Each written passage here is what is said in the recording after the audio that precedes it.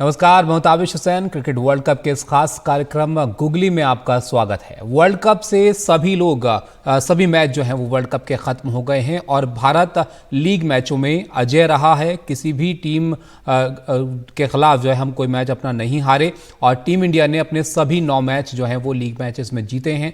अपने आखिरी मैच में भारत ने नीदरलैंड्स को 160 रनों से जो है बड़े अंतर से यहाँ पर हराया। टॉस जीतकर पहले बल्लेबाजी करते हुए भारत ने 410 रनों का विशाल स्कोर यहां पर खड़ा किया। भारत की ओर से पहले 3 बल्लेबाजों ने अर्धशतक और 2 बल्लेबाजों ने शतक जड़े। 411 रनों के लक्ष्य का पीछा करते हुए नीदरलैंड्स की जो टीम है उनका कोई भी खिलाड़ी क्रीज पर जमकर नहीं खेल सका और पूरी टीम 250 रन पर आउट हो गई। भारत की ओर से बुमराह, सिराज, कुलदीप, जडेजा ने 2-2 विकेट लिए और इस मैच में कोहली और रोहित शर्मा ने भी एक विकेट हासिल किया। भारत की ओर से 9 गेंदबाजों ने गेंदबाजी की।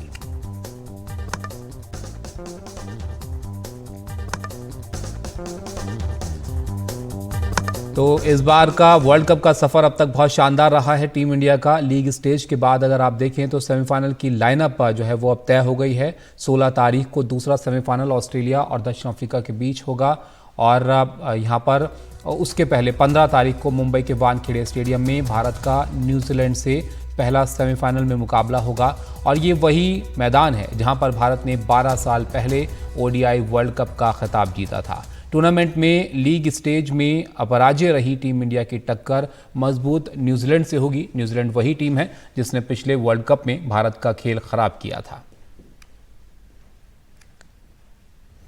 तो वानखेड़े की पिच पर टॉस की भूमिका काफ़ी निर्णायक मानी जाती है और इस वर्ल्ड कप में अब तक यहां पर 4 मैच खेले गए हैं जिसमें 3 में पहले बल्लेबाजी करने वाली टीम को जीत मिली है और सिर्फ 1 मैच यानी अफगानिस्तान बनाम ऑस्ट्रेलिया के मुकाबले में बाद में बल्लेबाजी करते हुए ऑस्ट्रेलिया को जीत मिली है।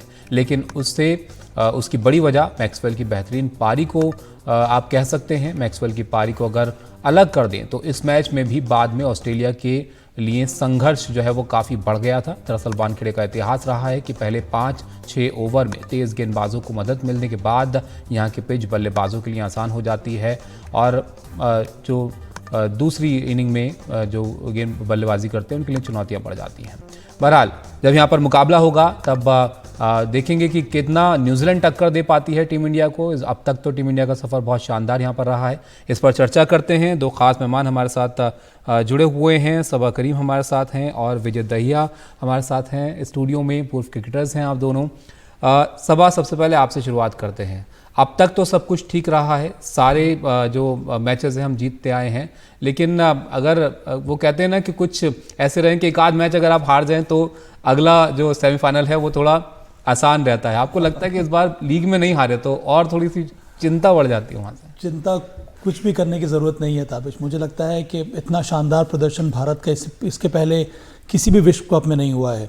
भारत ने 2019 में भी अच्छे मैचेस जीते थे, पर जिस तरह का डोमिनेशन इस बार भारत ने दिखाया है, जिस तरह से हर एक मैच में जिस अंतर से भारत ने जीत दर्ज की है, ये दर्शाता है कि भारतीय टीम का फॉर्म काफ़ी अच्छा है।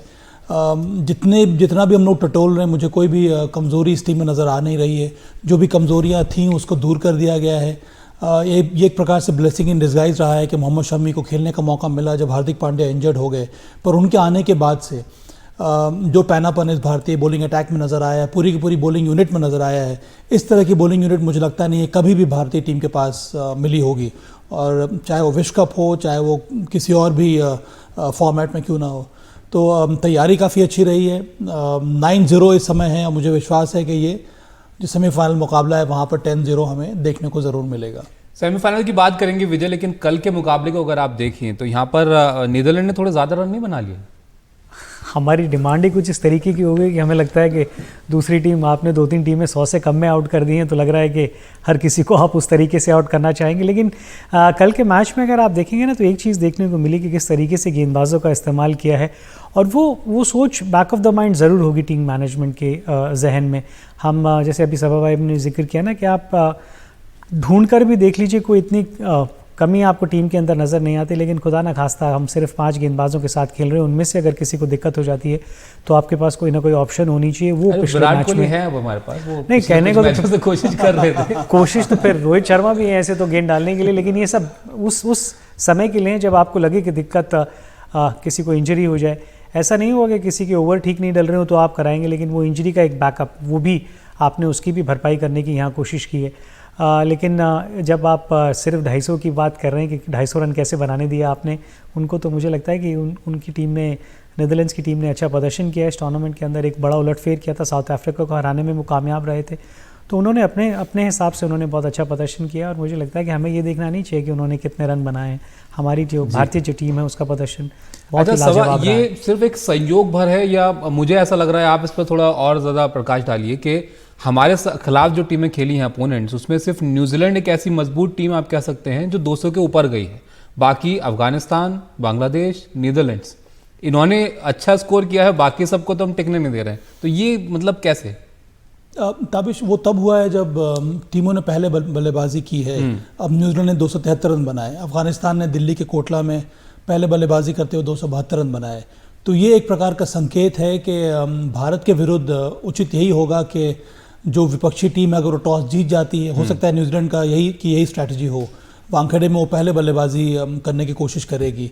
पर पहले बल्लेबाजी करने के लिए परेशानी ये हो जाती है कि सेकेंड हाफ में जब आप डिफेंड कर रहे हैं और गेम अगर डीप चला जाता है तो ओवर्स कुछ ज़्यादा ही पड़ने लगती है और उसका असर बहुत ज़्यादा हो जाता है, जो हम लोगों ने अफगानिस्तान के विरुद्ध ऑस्ट्रेलिया के मुकाबले में देखा था। अंत के जो 15-20 ओवर थे वहाँ पर ओवर्स इतनी ज़्यादा पड़ गई थी कि वो बॉल में वो ग्रिप ऑफ द विकेट कुछ नज़र आ नहीं रहा था। तो ये एक परेशानी है, पर मुझे लगता है कि सबसे अच्छा विकल्प न्यूजीलैंड के लिए यही होगा, अगर वो टॉस जीत जाते हैं वो पहले बल्लेबाजी करें, क्योंकि डे लाइट में जो भारतीय टीम की जो गेंदबाजी है उसके सामने आप थोड़ा बहुत रन बना सकते हैं। अंडर लाइट्स जहाँ तक मुझे लगता है और जो नज़र आ रहा है कि भारतीय टीम को जो पैनापन है गेंदबाजी में वो बहुत ज़्यादा बढ़ जाता है। अंडर लाइट्स तीनों पेस बॉलर्स को खेलना बहुत मुश्किल हो जाता है। जिस प्रकार की गेंदबाजी हो रही है, चाहे वो बुमराह हो, मोहम्मद शमी हो, मोहम्मद सिराज हो, इनके ओपनिंग स्पेल को ही खेलना बड़ा कठिन हो जा रहा है टीमों के लिए। तो न्यूजीलैंड के लिए मुझे लगता है कि अच्छी स्ट्रैटेजी यही होगी, अगर वो टॉस जीत जाते हैं तो उनको पहले बल्लेबाजी करनी चाहिए। बिल्कुल। अब टीम इंडिया में इस वक्त ऐसी परफॉर्मेंस है विजय की, आप कमी अगर ढूंढने की कोशिश करें तो उसमें आपको बहुत वक्त लग जाएगा, क्योंकि सभी हम पहलुओं में अच्छा खेल रहे हैं। लेकिन क्या एक साइकोलॉजिकल दबाव भी हो सकता है, जैसे कि सबा भी यहाँ पर जिक्र कर रहे थे कि न्यूजीलैंड अगर टॉस जीतती है तो वो चाहेंगे कि वो पहले खेले, और दूसरा वानखेड़े का रिकॉर्ड, पिछला वर्ल्ड कप आप देखें तो वो धोनी का रन आउट चेस करते हुए, तो ये एक दबाव हो सकता है अगर हम टॉस हार गए तो। आई थिंक जिस तरीके की क्रिकेट आप खेल रहे हैं उसमें आप उसके बारे में ज़्यादा बेहतर सोचेंगे जो आपने हालिया किया है, रादर देन 4 साल पहले क्या हुआ था, वो किन कंडीशंस के अंदर था, वो बिल्कुल डिफरेंट थी। मेरी सोच थोड़ी सी अलग है यहाँ पे, अभी आंकड़े भी शायद मेरी सोच के साथ नहीं जाते, लेकिन मुझे लगता है कि रनों का पीछा करना इस ग्राउंड के अंदर बुरी सोच नहीं होगी। आप रनों का पीछा भी कर सकते हैं। भारतीय टीम मुझे लगता है कि उस सोच के साथ चाहेगी, अनलेस अनटिल कुछ इस तरीके की पिच वहाँ पर तैयार हो जो स्पिनरों को बहुत ज़्यादा मदद करती हुई नजर आए। ऐसा वानखेड़े में ज़्यादा वैसे देखा जाता नहीं है, लेकिन अगर ऐसा कुछ होगा तो ही आप पहले बल्लेबाजी करना पसंद करेंगे, नहीं तो जिस तरीके की भारतीय टीम है मुझे लगता है कि वो भी रनों का पीछा करना पसंद करेगी। लेकिन ये जो टीम इस समय खेल रही है ना, अभी हमने थोड़ी देर पहले वो जिक्र भी किया कि 9 के 9 मैच जीत रहे हैं, जो कॉन्फिडेंस उनका है वो उन सब चीज़ों के बारे में नहीं सोच रही होगी कि 4 साल पहले क्या हुआ था। हाँ, अगर आप बड़े इवेंट्स की बात करें, हाँ एक अलग दबाव हो जाता है। सेमीफाइनल की में सारी चीज़ें ज़ीरो से शुरू होती हैं, वो एक अलग चीज़ ज़रूर है, लेकिन फिर भी जिस तरीके की क्रिकेट इस समय भारतीय टीम खेल रही है उनका कॉन्फिडेंस मुझे लगता है कि बहुत चरम सीमा पे होगा। बिल्कुल। लेकिन अगर न्यूजीलैंड की हम थोड़ी सी बात यहाँ पर करें तो न्यूजीलैंड एक ऐसी टीम है जो चौंका सकती है, पहले वो कर चुके हैं ऐसा। इस बार भी अगर आप देखें तो रविंद्र रचन बहुत शानदार उनके बैट्समैन खेल रहे हैं, बाकी कॉम्बिनेशन भी उनका अच्छा लग रहा है। तो आपको क्या लगता है कि न्यूजीलैंड में क्या ऐसा है जिस पर हमें नज़र रखनी चाहिए? उनकी बॉलिंग अटैक स्ट्रॉन्ग है, उसमें बहुत ज़्यादा अनुभव है। ट्रेंट बोल्ट और टिम साउदी की वापसी हो गई है क्योंकि मैट हेनरी इस समय इंजर्ड है, उसके साथ साथ लॉकी फर्ग्यूसन है, तो उन्होंने कई सारे बेसिस अपने कवर कर लिए। अब ट्रेंट बोल्ट एक शानदार स्विंग बॉलर है, टिम साउदी भी एक स्विंग बॉलर है, उसके साथ साथ लॉकी फर्ग्यूसन है जो करीब 145-150 किलोमीटर प्रति घंटा की रफ्तार से वो गेंदबाजी करते हैं। तो उस तरह से देखा जाए कि पेस बॉलर्स में उन्होंने सारे बेसिस कवर कर लिए हैं। स्पिनर्स इस समय मिचेल सैंटनर हैं जो कि बहुत ही ज़्यादा ज़हीन लेफ्ट आर्म स्पिन बॉलर हैं, उनको पता है कि कौन सी सरफेस पे किस गति के साथ बॉलिंग करनी चाहिए। उसके साथ रचिन रविंद्र एक बहुत ही इमर्जिंग बैटर कम ऑलराउंडर साबित हो रहे हैं और उनका भी इस्तेमाल केन विलियमसन करते हैं। उसके साथ साथ उनके पास ग्लेन फिलिप्स हैं, राइट आर्म ऑफ स्पिनर हैं, नॉर्मली वो बैटिंग करते हैं, विकेट कीपिंग भी करते हैं, शानदार फील्डर भी हैं, पर राइट आर्म ऑफ स्पिन गेंदबाजी भी करते हैं। तो उनके पास बॉलिंग ऑप्शन यही हैं और मुझे लगता है कि उनकी बॉलिंग काफ़ी ज़्यादा मजबूत है, विशेष करके उनकी पेस बॉलिंग अटैक। बल्लेबाजी में उनके कई ऐसे प्लेयर्स हैं जिनमें वो जज्बा है, वो पैशन मुझे नज़र आता है। Rachin Ravindra, Devon Conway, number 3 पर केन विलियमसन, उनकी वापसी हो रही है तो मुझे लगता है कि वहाँ मजबूती वो प्रदान करेंगे।